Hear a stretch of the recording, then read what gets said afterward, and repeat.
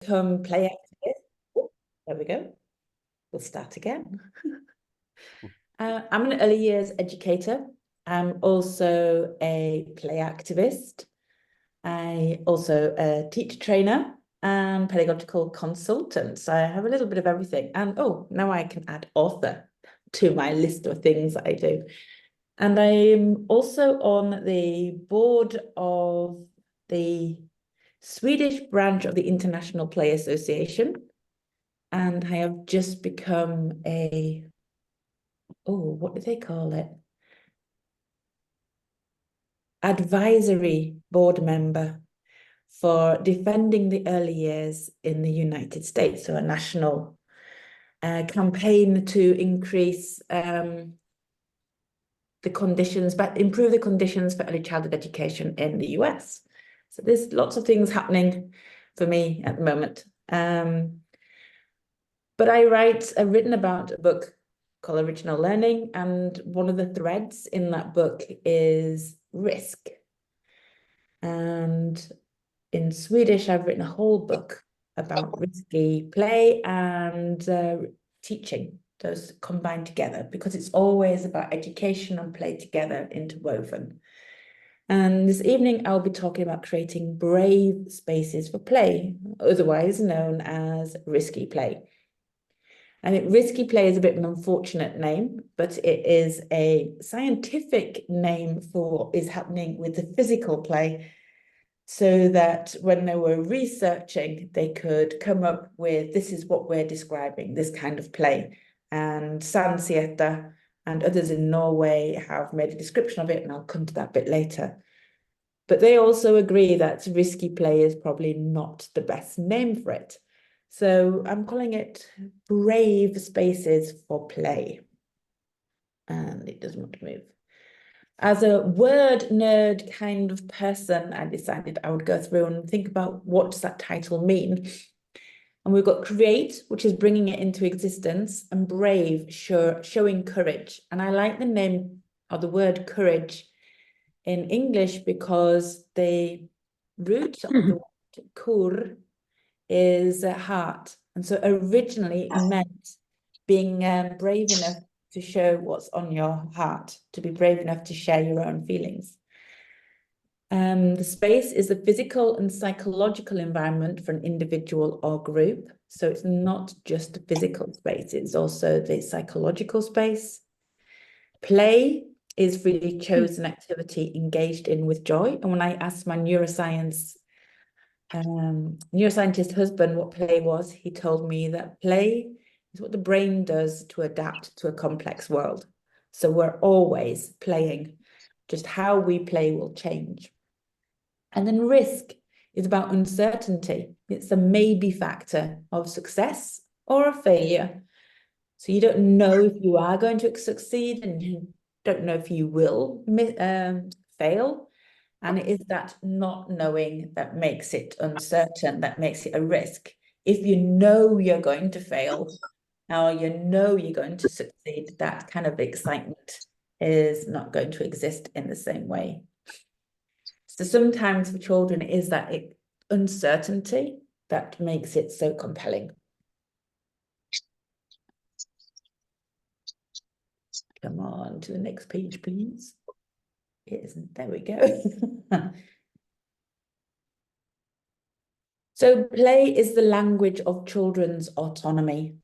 The autonomy is their own agency. This is a 1-year-old who had been watching a group of 5-year-olds jump from that little slab. It's not very high, but the 5-year-olds and 4-year-olds had been throwing themselves onto the ground as soon as they kind of launched themselves off and crashed onto the ground. Crashing is one of the categories of risky play.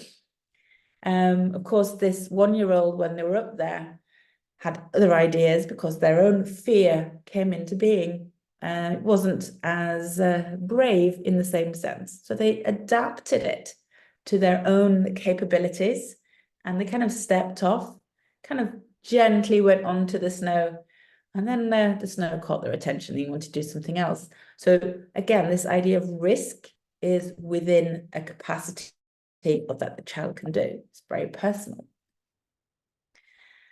And then autonomy is important, it is what we can do. But for me, within play, and especially within early childhood education, it is about this collective autonomy. Autonomy means that we have to feel comfortable ourselves as adults with what the children are choosing to do. What we have to do is ensure that they are safe. And then we need to always balance this with the children's autonomy, because autonomy is essential for well-being. If we're always curtailing their sense of autonomy, then we're also going to negatively impact their sense of well-being. And this is for all adults as well as children. We need autonomy to thrive. So what we have to do is always design our play spaces and our homes and our outsides where we want children to have autonomy, to be able to do that safely. Not safe as possible, but as safe as necessary. So the competent child can only remain competent if they are given time and space to practice. So basically, if we're not giving children time to make these mistakes and to fail in various things, to fall over, to work out where their own limits are, they can't practice and develop to become the competent children. We make children incompetent by doing too many things for them. There's a little bucket there to remind me of a story. I was observing some children at a preschool in Stockholm. They have a massive garden with, at one end of it, they had a very tall wall because there was a road on the other side, not a particularly busy one, but they decided to put a really high wall up. And I think mostly to stop the wind coming in, because it came off the water and it got really cold in winter. And there was 3 children throwing buckets up against this really, really high wall. And sometimes these buckets would land on the head. And I knew that if I was to walk over there in the wrong way, that the children would stop and I wouldn't find out what was going on. So I needed to take out the control out of my body and put curiosity into mine. And so I would walk over with curiosity to find out. But unfortunately, another teacher got there before me with a controlling body language and told them to stop. Told them that the buckets were only to be played with in the sandbox. The children tried to explain, we will stop, we won't do it. We can continue doing something else, because they did not want to go into the sandbox. But by this time, the teacher had it in her head, no, you must go to the sandbox with the buckets and play there. The children started to say, but we were trying to get rid of the spider webs. And I looked up high up on the wall and I noticed that there were a whole load of old spider webs, dirty spider webs up at the top. And they were throwing the bucket to try and clean the wall from all of these old spider webs. Now, if the teacher had gone over with curiosity, instead of being this fear and this need to control, she would have discovered this need to clean the spider webs, and there would have been an opportunity to have a discussion about what materials might be better. Maybe go get a long broom or a long stick so they could wipe them down instead of throwing up the bucket. And one of the reasons the teacher had told them that it was not good to throw the bucket up was it might land on their head, which of course had already happened multiple times without any real incident. So it wasn't a good enough, I thought, and the children thought so too, good enough argument to why they should stop. It was the adult fear that was stopping it, not the reality of the situation.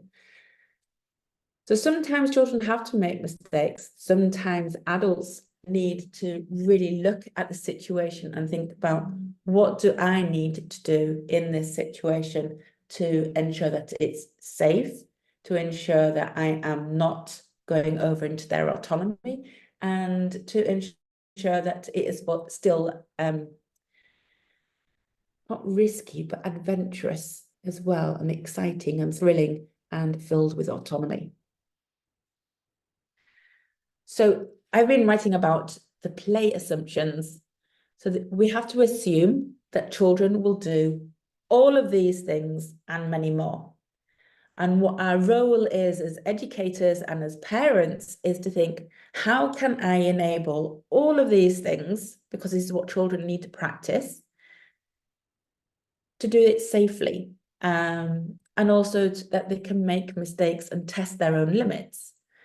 So running, how fast can you run? When you're thinking about running, you've got to think about how long does it take to pick up speed and how long does it take to stop again, so that there's adequate space for children to do both. So it doesn't have to be just indoors or outdoors or anything like that. We can really run everywhere if it's possible. Enough space for jumping and spinning and sliding, to create, to bounce. And there's things like lying. Is it okay to tell lies?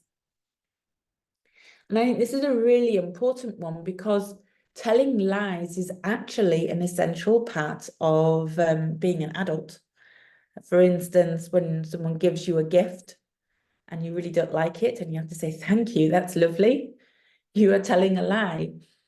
There's many lies that are being told to children constantly, yet we always tell children to tell the truth.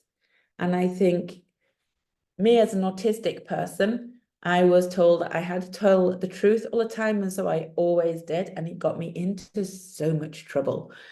So learning how to lie is actually an important part of growing up, of understanding the dynamics of social interactions, and learning how to lie in a way that protects other people and protects ourselves, and to make the social cohesion of life better.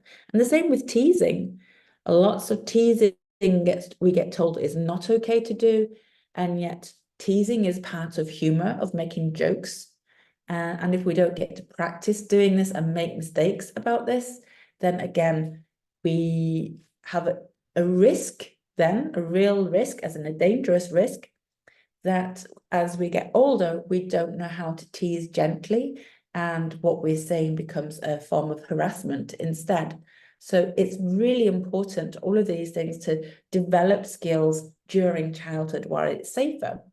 What is important to always consider is that we as adults are the ones that have to be kind all the time. Children have their entire childhood to practice being kind, and they're going to make a lot of mistakes on their way in doing this. So all of these words I go in and think about. So if we take swinging, for instance, swinging is one of the best activities for young children to develop their sensory system. So we need swinging. Swinging is actually really important, both swinging and spinning. When a child swings, they develop their ability to adapt to various sensations. For example, if the classroom is unusually loud, the dining hall too chaotic, the cleaners use a new product, or the clock ticks too loudly, all of this can affect a child's ability to learn, especially if their sensory system is underdeveloped and they become very sensitive. So it makes it hard to focus and keep their hands to themselves, because they start using their hands and start using other things to try and to regulate themselves. Some children will stim, some children will hit because they're so frustrated. Some children will get very, very quiet and will try to go away or block their ears. There's very many different ways. So swinging is actually really, really, it's essential for all young children, especially the fours and unders, to swing and spin as much as possible. Spinning, swinging, rocking, all of these things are actually part of the balance system and the brain to be able to deal with various sensations. But there's also other benefits. Swinging is fun. I see so many children laughing as they swing. Swinging is also calming. It can help you find and re-regulate. Swinging encourages social interactions and development. Lots of times I see children sitting, swinging and talking with each other, which therefore is increasing their literacy skills and their language skills. Increases spatial awareness, develops gross motor skills, cardiovascular workout, there's balance, there's fine motor skills, developing the strength, because you've got to hold on to those things, and the stronger your hands are, the better you are for being able to do your writing later in life. Core muscles are essential, because how are you going to sit comfortably if you don't have strong core muscles? And as I mentioned before, swing stimulates different parts of the child's brain. So it's really, really important. So I go through all of these different play assumptions, thinking about why do we need to run? Why do we need to swing? Why need to do all this? And they are all essential for children to grow. And as my husband said, the brain is playing to adapt to a complex world. It makes us repeat the things that we need to be able to master them, to be able to be comfortable with them, to be able to, and it's releasing endorphins so that we keep doing it, because that's what the brain needs to be able to sort and adapt to the world. So what is risk then? So if we think about the play flow we have here, when we're at play and when we're also in optimal learning, we have this entire area here. And just at the edge of our capacity of what we can manage is where risky play is. So it's not beyond what we can do. It is within what we can do, but just at the very edge. And because it's at the edge, there's that uncertainty of whether it will work or not. Because sometimes you may be not as alert, or maybe you're a little bit tired, or maybe you haven't calculated the spatial your spatial awareness is not as calibrated as it usually is, or maybe your muscles are just not as developed as you thought they were. So all of these things there. So there's a little bit of stress there, but the kind of stress that you need, because everyone needs a little bit of stress as a part of developing and getting better. Being in stress for too long is not good. And then there is also negative stress. So there's positive stress and there's negative stress. So a little bit of stress is good in a way of expanding our capabilities. Beyond that is when it gets too hard or there's too much anxiety, and then there's the risk for it being dangerous. And then there's at the other end, there is when it's too easy or uninteresting or it's boring, and it's at that moment in time, because sometimes we can go back to things and it becomes more interesting.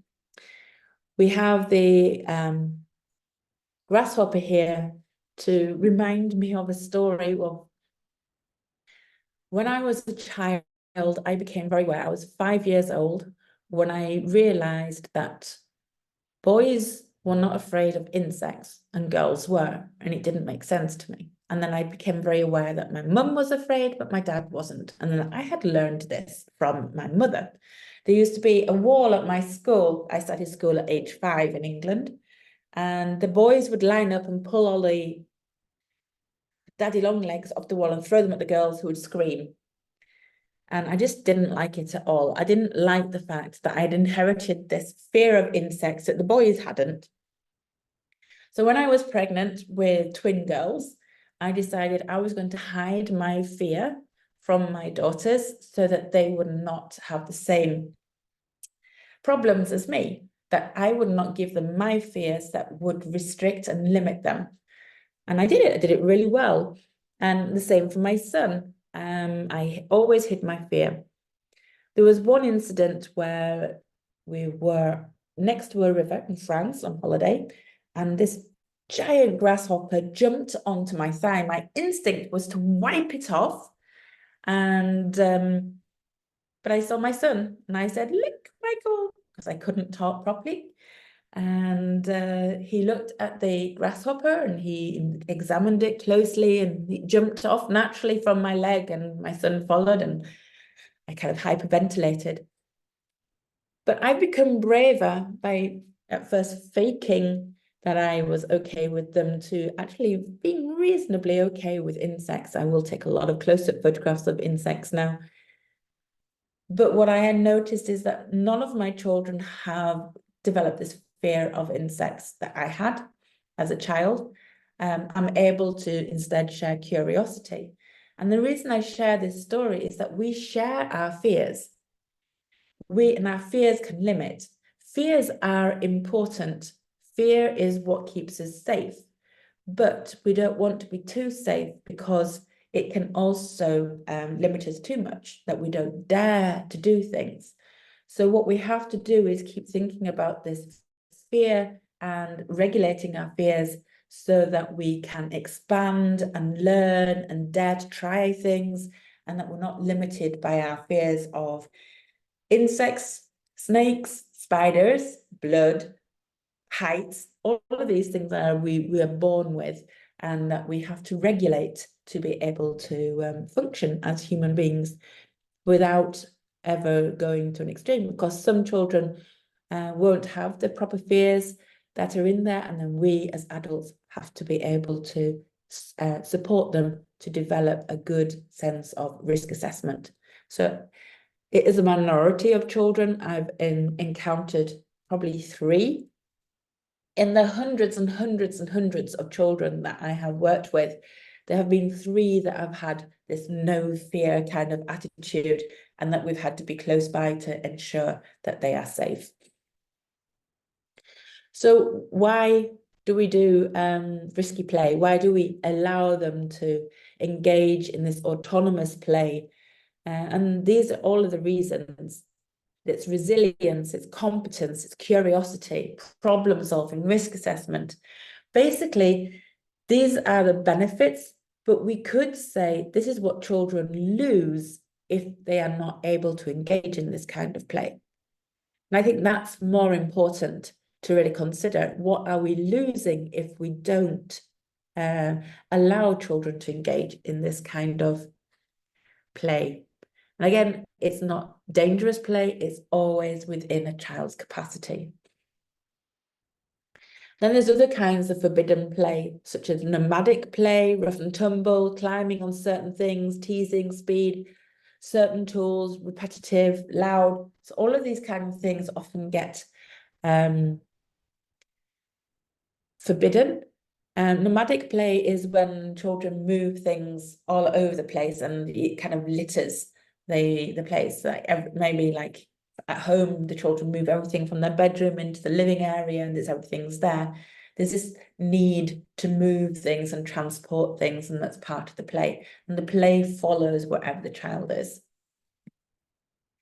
So as I mentioned before, there was Sander and Sansieta from Norway, and they decided or categorized play as height, speed, dangerous tools, proximity to dangerous elements such as fire and water, fighting play and war play, disappearing and getting lost, things like hide and seek, and deliberately crashing, like that first little film I showed of the boy jumping into the snow, and vicarious, which means watching someone else engaging in play. And this is the mirror neurons that are going off. So that if I watch, like when I watch football on TV, sometimes my leg kicks out because the same neurons are firing up in my head as the players there. In the background here, you can see a kindergarten playground, outdoor space in China, where they really work on children being able to make good risk assessments. So it's not just about doing dangerous things. It's like, it's not dangerous things. It's about being able to make benefit risk assessments so that they can experience a lot of joy, test their abilities to the best they can. So here are a few different examples of what can happen when you're playing with heights. This is a 1-year-old in Sweden disappearing down the edge of a rock. And he goes, boop. He says, ow, on the way back, on the way down, because there's a little bit that jutted out and kind of banged his bottom. Didn't stop him. He came back up and he looked for another place that was going to be easier. This big rock was in their yard at their preschool for the 1- and 2-year-olds. All of the parents were very concerned when they saw this, but having been in that place for 20 years, they had not had a single accident. And this is because that natural fear kicks in. Children don't want to go close to edges. It takes them a long time to pick up fear. You can see the same child climbing up just here. But there's all these other situations that we can help them deal with. So there's smaller heights that they can go and jump off and slide down and feel the excitement of it. Sometimes it's just being on the roof and feeling that thrill of being a bit higher. And then slopes. 1 and 2 year olds, 3-year-olds and 4-year-olds, they love running down slopes because it gives that speed that feels almost out of control, but not quite. Again, different heights. This is a group of children that I'd worked with for 4 years. And then in their second year with me, they'd noticed some older children playing on top of this roof. And it took them 1.5 years before they were able to get onto the roof themselves, because I would not help them. But what we did was keep on going, looking around and finding different things to climb on, to build their strength, to eventually get up there and find the different routes. When they first started doing it, I was stood right behind them so that if they fell, I was able to catch them, or they would land on me and I would get hurt and not them. But as soon as there was this trust and understanding in their capability and that there was no longer a significant risk for them falling, then I could stand further away. Eventually, they wanted to start jumping off. And at first, it was too high for them to do that and dare do that. So we looked for other places so they could practice, and we could consider what kind of surface should we jump on? How do we land so it's ergonomic? So there's so many different things that we went into so that they developed the skills. And as I said, it took 1.5 years for them to get all of the skills and the strength and the size that they needed, because I refused to lift them up. They asked me many times, but if I lifted them up, then that kind of sweet victory would not have been their own. And also I would be lifting them into a dangerous place. So this is the main reason why I do not lift children onto any climbing frame. The only exception will be babies into swings so that they can access swinging. Otherwise, I'm not lifting children up, because that means I am potentially putting them into a space that is not designed for their capability yet. So it's much better for them to wait and to be able to get up themselves, be able to be in control, and then I know that they will manage it as well. But again, I will look for them for similar things for them to engage with that is the right height for them. This little child had, again, seen some older children jump off here. He was stood for 10 minutes in this position, trying to dare to jump off. And eventually he turned around and climbed down carefully backwards because he realized he was not ready for it. And this is what a lot of risky play is. If I had gone in and held his hand, then I would have taken away this long period of time that this child did of making his own decision about what he was capable of dealing with fear, of really practicing with that, because eventually he was able to do that. I saw, again, I was with this child over a period of 4 years, and each time would be shorter and shorter, and he got closer and closer to jumping and down in different ways until he managed it. But it belonged to the child, and he developed that skills himself. And I think this is what's really important, is providing situations where they can get these thrills with a sense of autonomy, and at the same time making sure it's safe enough that if he was to jump off this and he wasn't ready, there would be minimal damage, maybe a little bruise rather than anything else. Places for hiding. It can be bushes, it can be behind poles, it can be inside things, digging down so they can hide below and under, or putting fabrics up. Makes it very exciting. Hide and seek can be very scary for some children, especially when they start thinking, will I be found or will they forget me? So it's much scarier than you think.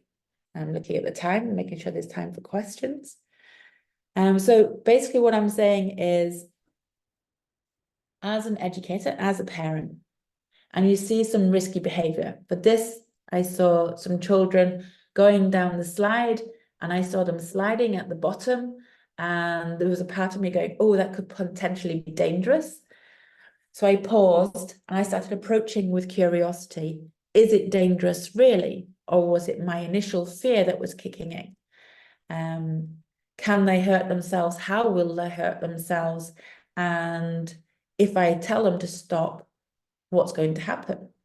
And as I walked over, it doesn't take very long to do this because you need to make these assessments pretty quick.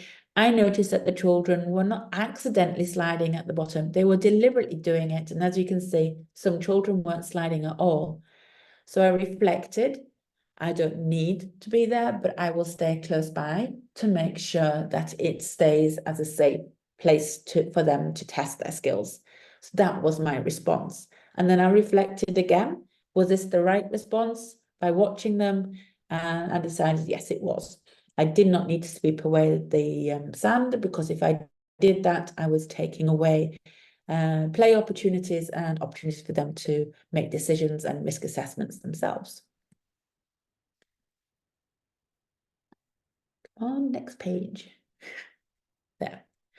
So in those words of the benefits of risky play, there was a few words that I'd highlighted. One of them was resilience. Resilience is the speed with which we recover from adversity. I sometimes think resilience is overused by schools, and there's this expectation that children should be resilient so that the schools can use it up. I think it is about giving children the capacity to manage their lives no matter what life throws at them.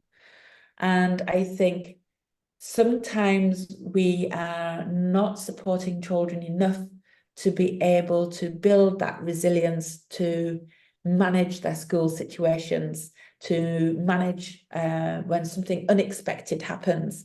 And sometimes they will have a tantrum, or they will do it. That's a sign that they're too tired. Their capacity to manage their life right now and to communicate about it is beyond their ability.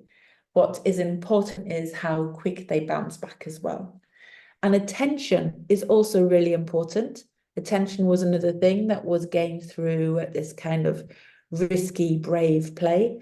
And that is the foundation for learning and judgment, and is rooted also in good relationships, positive relationships. So being able to be attentive is important, not just for learning and for teaching, but also for life in general. And that is actually achieved through play. And then the self-regulation. I think what's really important with self-regulation is it doesn't mean being calm. Self-regulation means the energy matches the activity.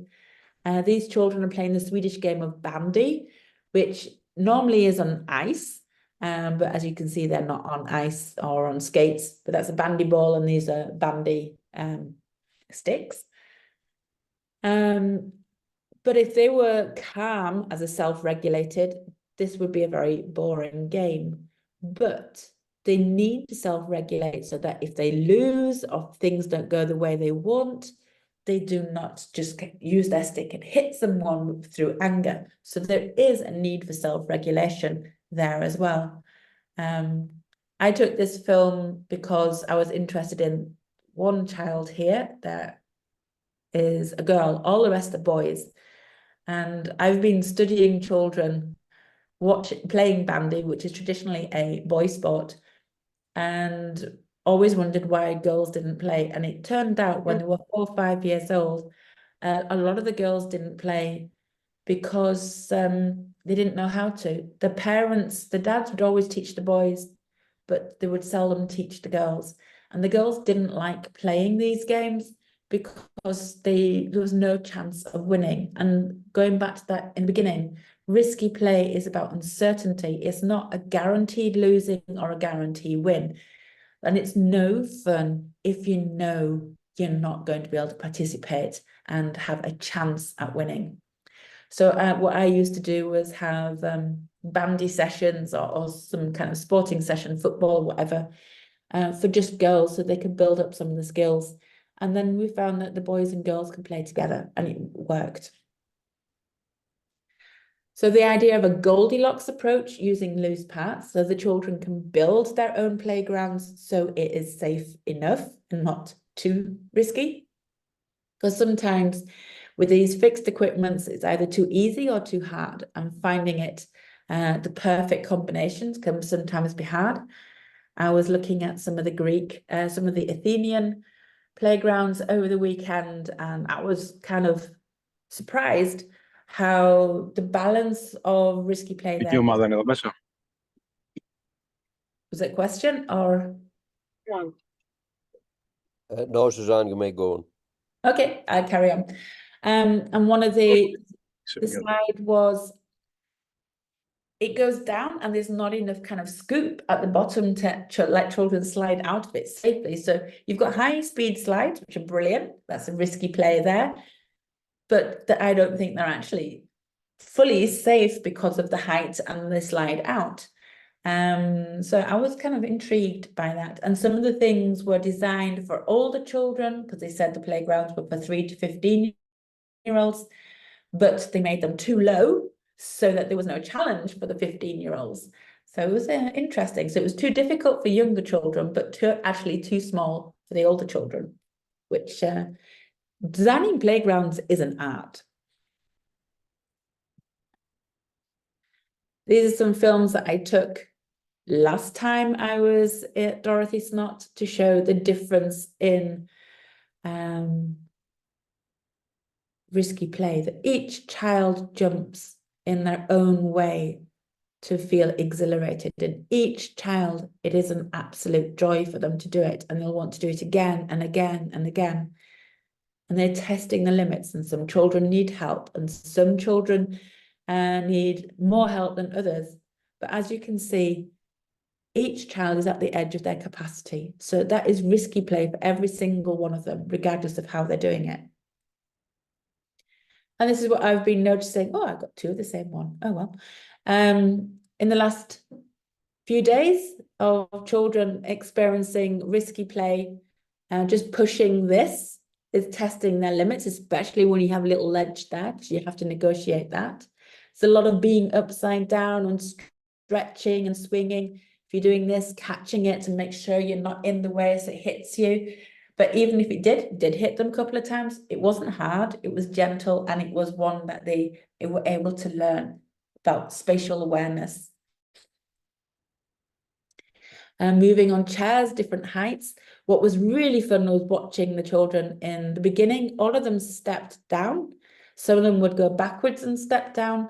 But after about 10 minutes, some of them were starting to jump but by that time, they'd worked out to make the jumping area further round so they had enough space.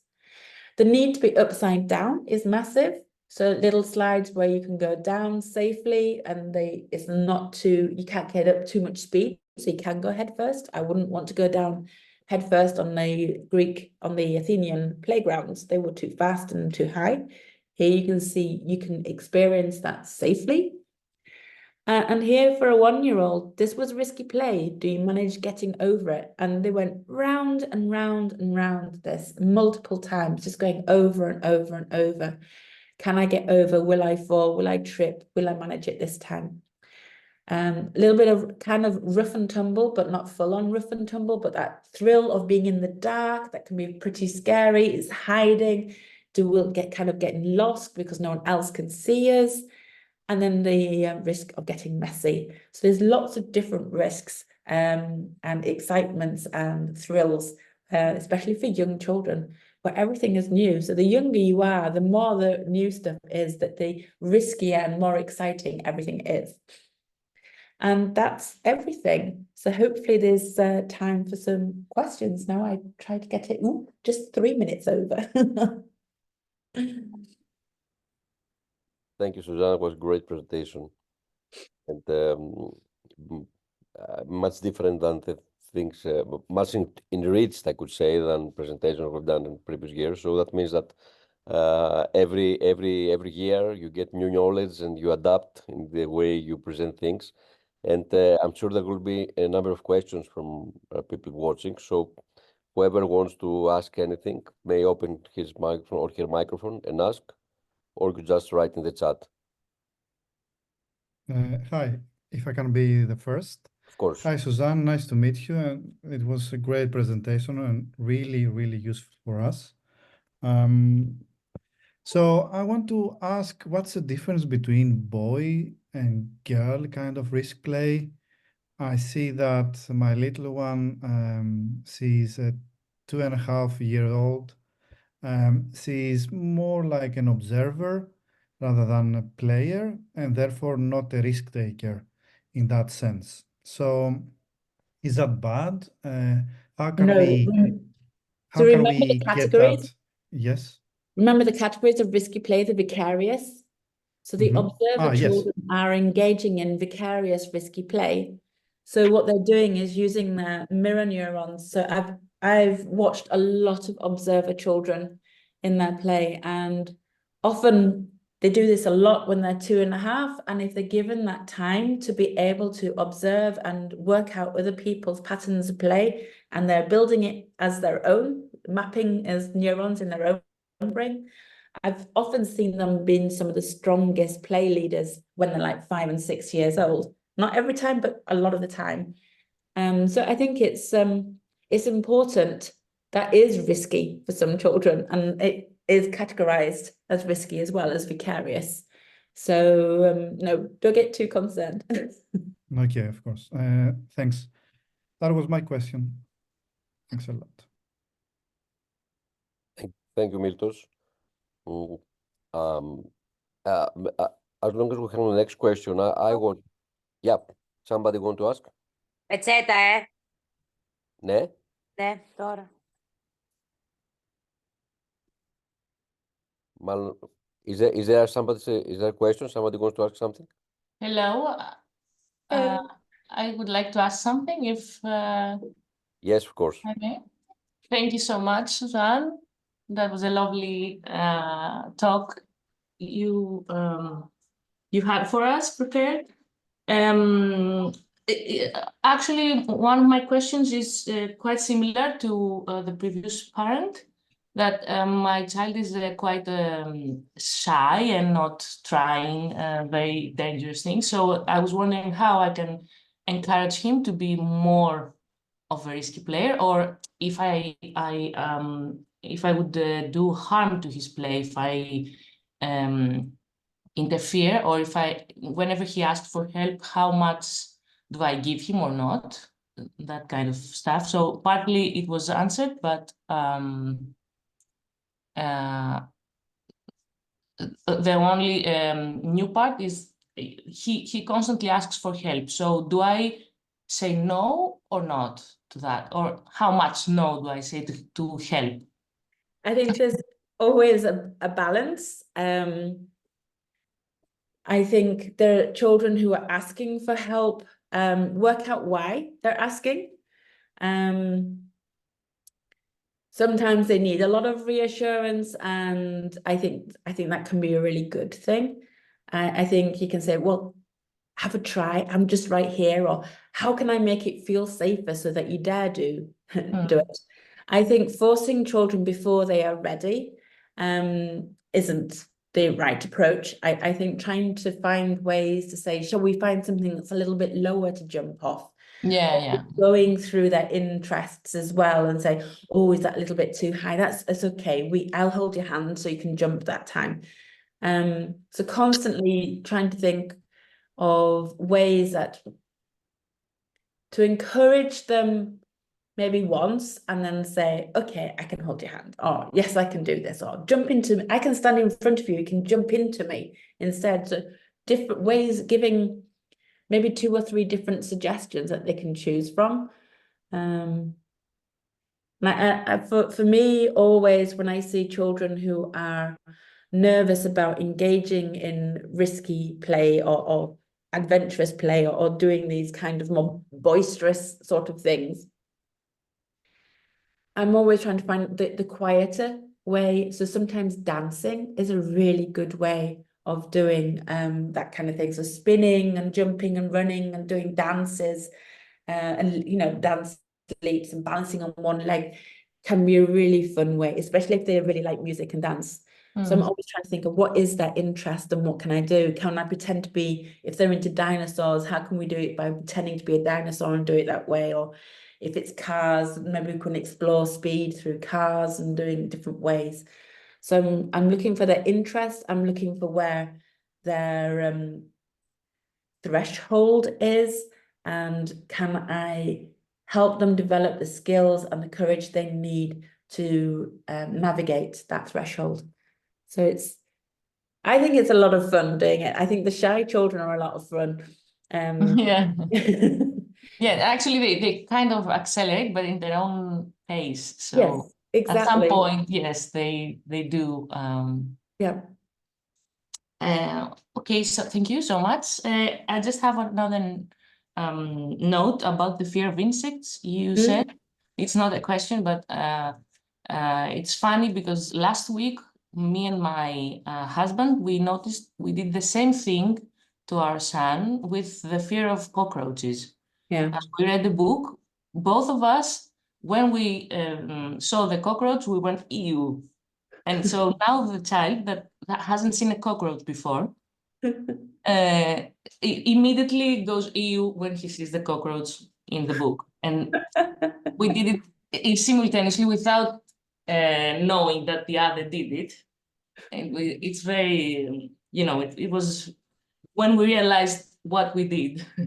It's amazing how powerful we are as adults, especially as parents, over what the children like and don't like and what they're afraid of and brave with. So they're always watching us. Yeah. Thank you again. Thank you very much. Thank you, Vangelia. Let me tell you make also note about the shy kids by taking example of my daughter when she was, now she's 18, but when she was 3 or 4 or 5, I was always noticing that when we've been going to places where a lot of risky play was taking place, especially in some kind of fun parks where there was climbing things and everything, I remember that my daughter was always very reluctant to climb very high or to go up.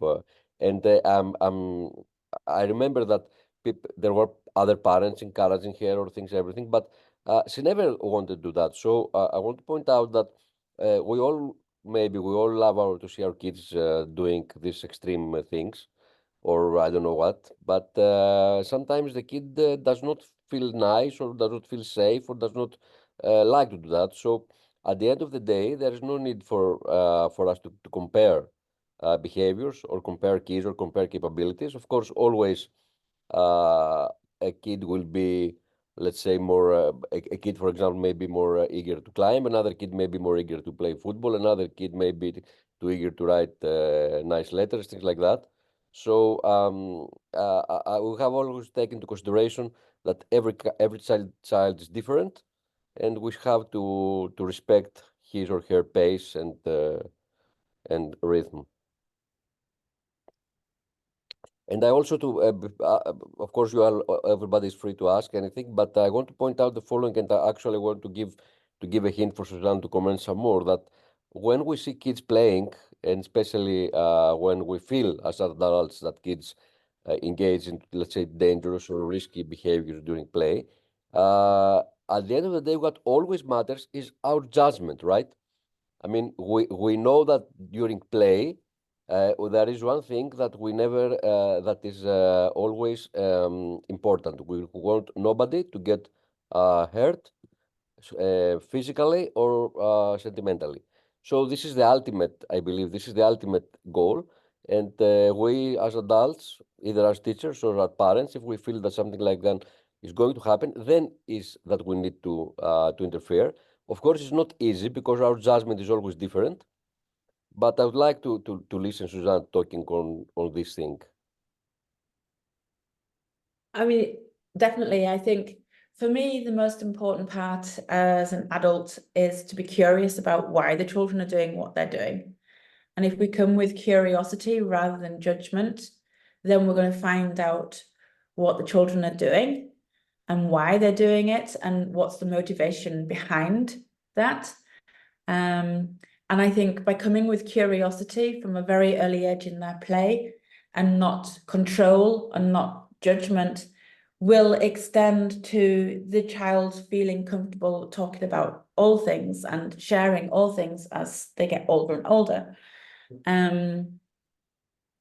I've been lucky because all three of my children are now adults. My son turns 20 next month. My daughters are now 23. Oh my God. And that has been my approach, to always be curious about what they are doing rather than controlling and judgmental. And it's meant throughout their teens as well. They have always come to me and shared things, and because they knew that I would be curious rather than judgmental. And I think that is learned from the very earliest age as to whether you're going to listen to them with curiosity or judgment. And it does take some work, because I don't think the majority of us were not listened to with curiosity as children. I know I had very judgmental parents and very controlling parents. My dad was a policeman, so there was it was very strict. But I think because I worked in early childhood and I studied within early childhood before having my children, it really helped me make a lot of decisions. And maybe because of my autism, and I felt a lot of my childhood was unfair. A lot of the rules didn't feel right. They weren't logical. So I wanted to try and create rules that were logical. And if I did have rules, I would always explain them to the children, so that they knew that what rules I was putting in was for their safety. And that always being open to the children giving suggestions, my own children and also the children I work with. So I think, yeah, judgment is it's a hard one for us as adults to be able to interact with children, to create a place that is safe, but not too safe that limits. That enables children to feel autonomous within a space that is safe for them to be autonomous. And that means that we have to keep adapting the environment and adapting the rules as the children get more skills and more knowledge, and their bodies become more adept at doing, so that we have to ensure that they can continue to be autonomous, but we need to always reevaluate to make sure that it's safe. A simple thing for me, like the children on the rock that were playing on the rock, if that rock was wet, I would have a completely different attitude for them children playing on there, and that I would not have given them the same freedom, because that rock would be slippery and much more dangerous. So I'm always, it's just because I have this freedom about the rock one day doesn't mean it's there the next day or the day after. It's constantly adapting and taking in the entire surroundings to make sure that it's safe for that day in that situation with those particular children. And because the children, I share that with the children, saying now it's wet, it's slippery, and I've allowed them to experience slippery stones somewhere else where it's safe enough for them to slip on it without hurting themselves in a way that they would on that big rock. I think that's really important too. So giving them the knowledge, giving them in a safe environment, so that I can say no when it's actually dangerous, and they understand why I say no. So it's complex. It's not complicated, it's complex. But it's a joy to be able to do this with the children, because I think you gain a connection with your child that enables you to have a more open relationship throughout their lives. That's the benefit of risky play. Yeah, this is a very complex issue, and I think as our life becomes better and more civilized, and we learn more things, and we have the luxury to discuss all those things, it's so much difficult to make the right decision, because when you have many choices or many different approaches to follow, then sometimes we overthink. For example, in Recorded. Yep. Someone want to ask something? Okay. Πάμε εδώ νερό. Παναγιώτη, θες να ρωτήσεις κάτι? Όχι. Α, έχεις ανοιχτό το μικρόφωνο.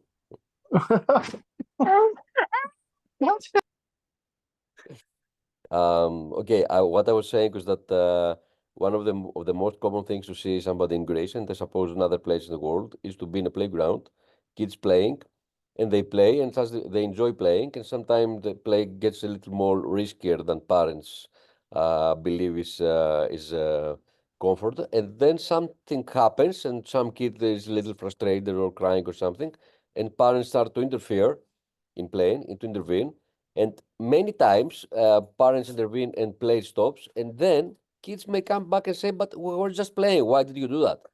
So this is something that is common to happen in Greek playgrounds, for example. I don't know if it's happened in Swedish playgrounds. You can Of tell us. course. Yeah. So it's a very fine line where you interfere and how you interfere. There's 3 I's in original learning. There's interaction, intervention, and interference. And what we want to do is interact with children as much as possible. And interact can also mean being quiet and not going in and doing it. And intervention is going in to ensure safety and the well-being of children, social, physical, emotional, and cognitive safety. And interference is something we should avoid. That's when you've gone in and you shouldn't have gone in, that your actions have a negative consequence rather than a positive consequence. And intervention will have a positive result, where you're guiding their play and supporting their play. And interaction, you can either, if you're capable of being as an equal, or you are just observing, and because no matter what we do, we're always interacting with children because they see that we're there.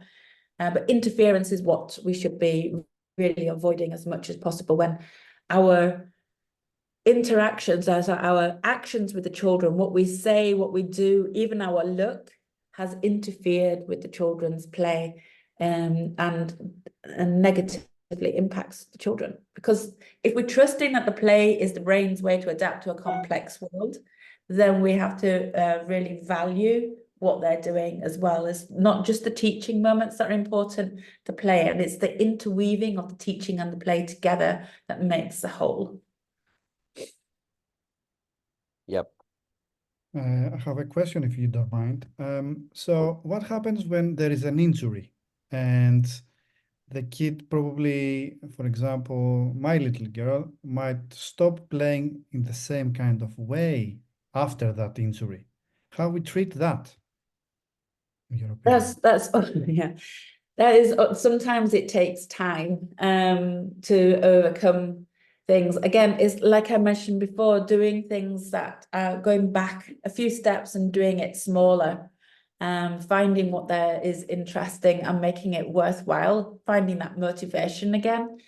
And that's because the fear comes in that I hurt myself doing this and I don't like being hurt. So I'm going to avoid doing that so that I don't experience this thing that I don't like doing. So it's a very intelligent response. But again, it's when that fear gets in the way of being able to do things. And I think we just do it gently, because by allowing them to kind of enjoy through joy, basically. And I think joy becomes the motivating thing, that I really want to do this. I'm really curious. That wonder is so amazing. That thrill is what I want to do. And sometimes other people's thrills are so much smaller than our own personal thrills or another child's thrills. I've always been a very cautious, careful person myself, doing a lot of things. I've been an observer a lot. So I can really appreciate the observer children. But I think my bravery has been in other things. And I think we don't all have to be brave in the jumping and being fast. Sometimes we need to be brave in the cognitive or the emotional things as well. So we all have different brains and different needs, and we joy, without a shadow of doubt, joy is the biggest motivator, and finding what will interest her to overcome that fear at her own pace, on her own terms. Thank you. Yeah, injuries is never a nice thing to happen, and we hate to see, and we feel very bad to see our kids or anybody get injured. But I have to say that sometimes it's part of the game. Of course, as we said, we want nobody to get hurt, physically or sentimentally, but to get, let's say, a little scratch or to get a little all while playing, it's part of play. And I remember I had the discussion years ago with another good friend of ours, teacher Tom, that is comes from US, and we were saying that the things we can promise to the parents in our schools are blood, sweat, and tears, like the old rock band coming from US. But I mean, I remember as a child having a bruise or a scratch or a graze on the knees, and definitely having a little band-aid or a plaster was like the badge of honor. We always had them. There was always a bruise or something. And I think in today's children, I see less bruises and scratches than what I did back in my own childhood. So we are definitely protecting children. And I think then our reactions to these small scratches and bruises become much bigger, which I think frightens some children more than what it used to be a badge of honor. I never saw my sister's legs without like 3 or 4 bruises on them. She was always falling over. We used to call her spaghetti legs because she used to trip over her own legs all of the time. So yeah. I think in Swedish we have a phrase called barnens rätt till skrubbsår, which means a child's right to grazes, that a child has the right to fall over and get a grazed knee or a bruise or something as part of their play. And I think it's something that we're forgetting because we're making the play too safe, that there is this risk, and it's something that's covered in research in Sweden, where older children are having more broken arms than what they used to, because children in their preschool ages haven't fallen over as much and had all of these bruises and scrapes. So the children don't know where their limits are. And when children go beyond their limit when they're 7 or 8, they're often much higher up and doing things that are much faster than what children are when they're 1, 2, 3, and 4 years old. So it is really, really good to fall over and to make all of these mistakes and get all of these bruises and things, because children know where their limits are. And as your daughter has said, doesn't want to do that again. So it's a way of keeping them safe, of knowing where their limits, as long as it doesn't interfere with and make their limits too small, it should be good. Yep. This is a very nice discussion. It can take for long because we all, and I mean we all, people and parents and everything, we all remember how nice was the playing in our very early ages. I mean, not even in Greece, but worldwide. I can remember many books like Peter Gray's Free to Learn or other books that make give a lot of emphasis on how kids were playing in the past and not play today. And I can tell you that 40 years ago, that I was a kid too in Athens, I was playing the whole day and nobody was caring where I was. But I'm trying to say that play was much easier back then. We're playing much freely, but we've been always with bruises and band-aids. And the worst thing wasn't that you get a bruise. The worst thing that your parent probably would give you a slap or would give you a good bit after because you say why you were stupid and you couldn't protect yourself, and you got this bruise or broken leg or whatever. So it was, of course, it was another world that has nothing to do with today's world. But I just want to point out that play, free and really fruitful play that was happening in our child years was absolutely connected with all these things, with bruises, with holes, with band-aids, with scratches, with hurts, and nobody was really caring. No, because I mean, children played without adults watching them over time. But I mean, I remember, so even now when my children are like 19 and 23, when they hurt themselves, it's like it hurts me. So I haven't got over it. I mean, it's still hard. And I think as a teacher, when your child hurts themselves at school, it's even harder because you have this, to give children the freedom it feels even riskier, because you then have the responsibility towards the parent. So it's an enormous responsibility taking care of someone else's children. Yeah, this is absolutely true. But equally true is, Suzanne, that usually very, very rare we see kids get hurt in schools while doing risky things. So Yeah, usually absolutely. So I've done risky play where and all of the parents know that when they hand their children over to me, that's what I will be doing. And I've never had a broken arm or had to send the child to hospital through a preschool, but children have been delivered to me after playing with their parents with broken arms and broken legs. So I've worked with children with broken limbs and big grazes and half a face all like bloody and so on, but that's happened with the parents, not with me. Yeah, we see that also happening because usually every weekend we receive 2 or 3 mails from parents saying that during the weekend we had this broken arm or this broken leg or this kind of problem, and please take care during the week. But okay, it's accidents in schools happen based on our experience, usually by doing very simple and very silly things, and not by, let's say, jumping or using tools, whatever. My daughter fractured her arm and she was stood on a log that was the whole of 5 centimeters high, and she just fell off it wrong. My other daughter, she fractured one arm ice skating, and then 6 weeks later, when she'd taken her cast off and it was all healed, she fractured her other arm because she knew, because it was icy in Stockholm, and she knew that if she landed on her other arm, it would break again. So she landed on the other, fractured that one. So it's like, none of my children have, and there's research. Mariana Brusoni, who works in the west of Canada, in what's that town called? Vancouver.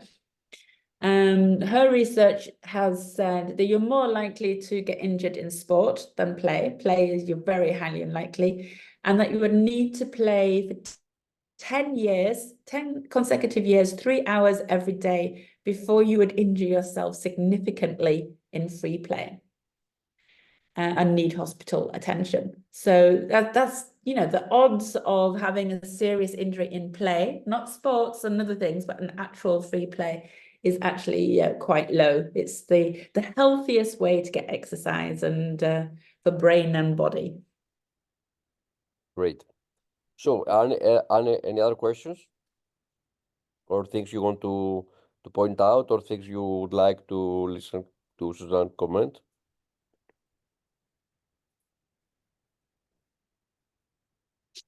Great. Okay, I hope it was a nice session.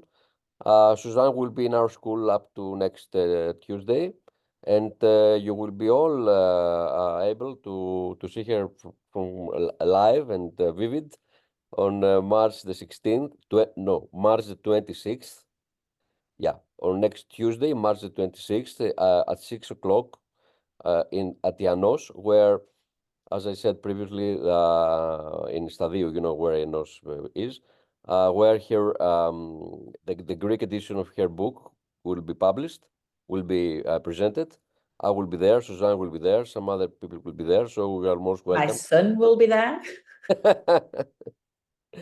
And of course, you will be all able to buy the Greek edition of her book, because to buy the English one is a little problem. I have to tell you, Suzanne, it's very hard to get your English book in Greece for some reasons.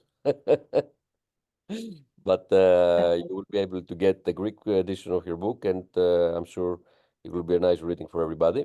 But even up to then, Suzanne will be in our school, so by popping out, you'll be able to see her and talk with her. And we all hope, I will end this kind of session saying that we hope that within next year, we're going to have Suzanne more and more with us. So thank you all. Is there any last question? No, everyone wants food. Yeah.